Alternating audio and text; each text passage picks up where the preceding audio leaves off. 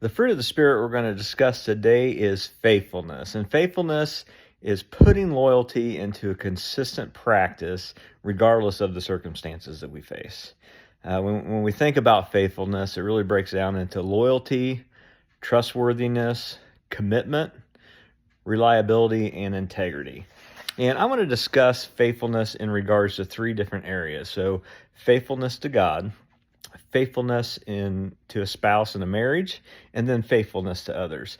And if we look at the fruits of the Spirit, um, God tells us in Luke that we are to take up the cross daily, and that's really what it's about. Following God.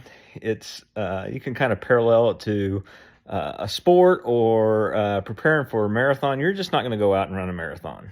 It takes practice, it takes consistency, it takes that discipline to prepare for that.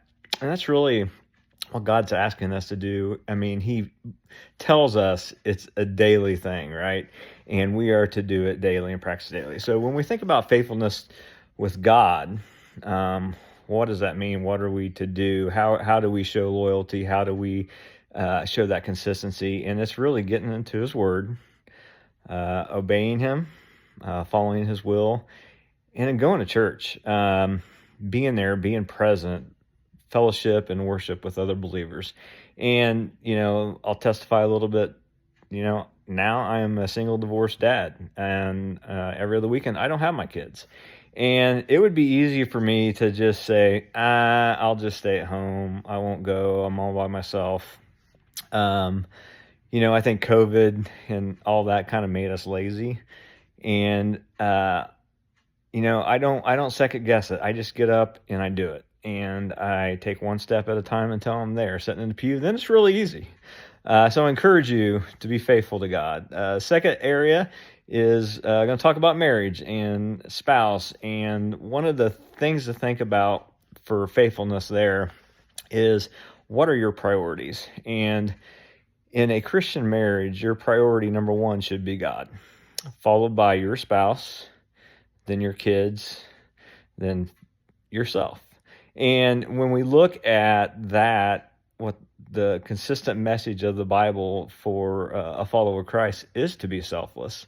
And, you are last. And that is a lot to do with the self-control aspect as well, that you put yourself aside. And when we look at it in a marriage, you put your spouse above yourself, you put your kids above yourself. And you put God first. And if we do that, we're going to run into things in life, but things can be tough.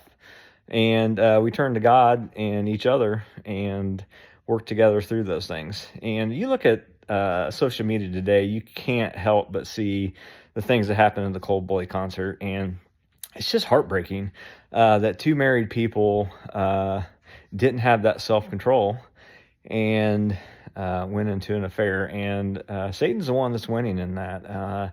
You're talking about broken marriages, broken family, hurting, and it's just devastating and sad. And the world really needs more faithful people, more people to have that self-control, to say no to those desires, and be consistent in marriage.